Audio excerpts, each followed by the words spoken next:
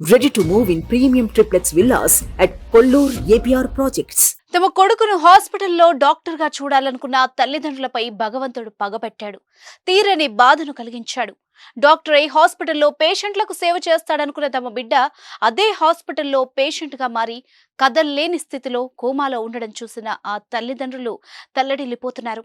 మెరుగైన వైద్యం అందించేందుకు డబ్బులు లేక దయగల దాతల కోసం ఎదురు చూస్తున్నారు. మా బాబుకి యాక్సిడెంట్ అయింది 27 తారీఖు.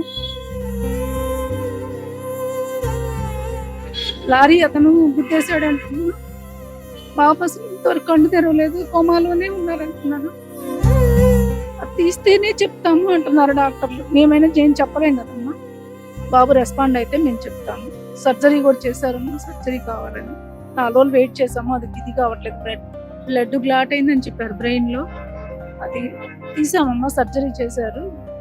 ఆ అబ్బాయి వెంటిలేటర్ తీసిందాక మేమేమీ చెప్పలేము అంటున్నారండి.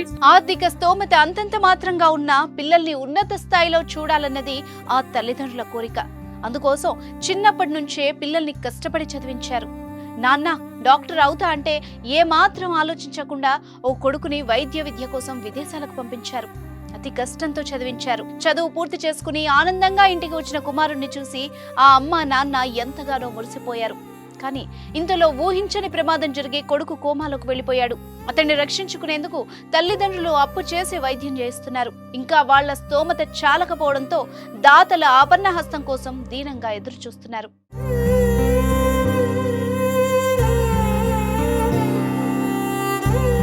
గుంటూరు జిల్లా నల్లపాడు పిఎస్ ఏటుకూరు రోడ్లో నివాసం ఉంటున్న నూతనపాటి మురళి చిన్న ఉద్యోగం చేస్తూ కుమారుల్ని చదివిస్తున్నాడు.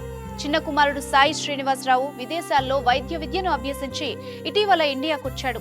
గత నెల 27న ఇంటికి వస్తున్న అన్నయ్యను తీసుకురావడం కోసం బైక్ పై వెళ్లగా గుంటూరు బైపాస్ రోడ్డులో ప్రమాదానికి గురయ్యాడు.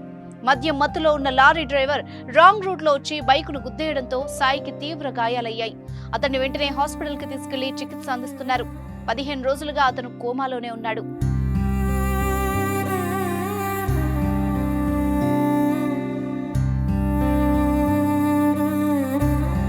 లారీ డ్రైవర్ చేసిన తప్పుకు ఆ కుటుంబం తీవ్ర విషాదంలో కూరుకుపోయింది.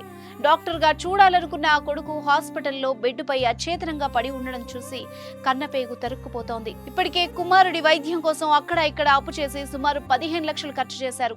అయినా వైద్యులు మాత్రం గ్యారంటీ ఇవ్వడం లేదు. రోజుకు 1 లక్షకు పైగా ఖర్చు అవుతూ ఉండడంతో ఇంకా చికిత్స చేయించే స్తోమత లేక వారు తీవ్ర మనోవేదనకు గురవుతున్నారు. తమకు ఏం చేయాలో పాలుపోక దయనీయమైన పరిస్థితుల్లో తల్లిదండ్రులు దాతల సాయం కోసం ఎదురు చూస్తున్నారు.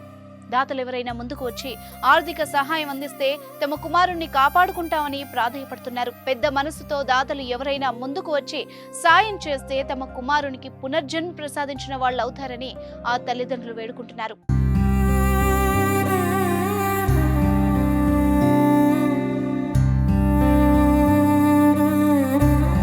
బంగారు భవిష్యత్తు ఉన్న యువకుడి చికిత్స కోసం మీరు సాయపడాలనుకుంటే 7569453768 కు ఫోన్ పే లేదా గూగుల్ పే ద్వారా మీకు తోచిన సహాయం చేయగలరు. అదేవిధంగా స్క్రీన్ పై కనిపిస్తున్న బ్యాంక్ అకౌంట్ నెంబర్ కి డబ్బులు పంపించి మీ సాయాన్ని అందించవచ్చు. అలాగే ఈ స్టోరీని ఫేస్బుక్, వాట్సాప్ లలో మీ దగ్గర వాళ్లతో పంచుకోండి. వందలాది మందిని బతికించే కాబోయే డాక్టర్ బతకడానికి సాయం చేయండి.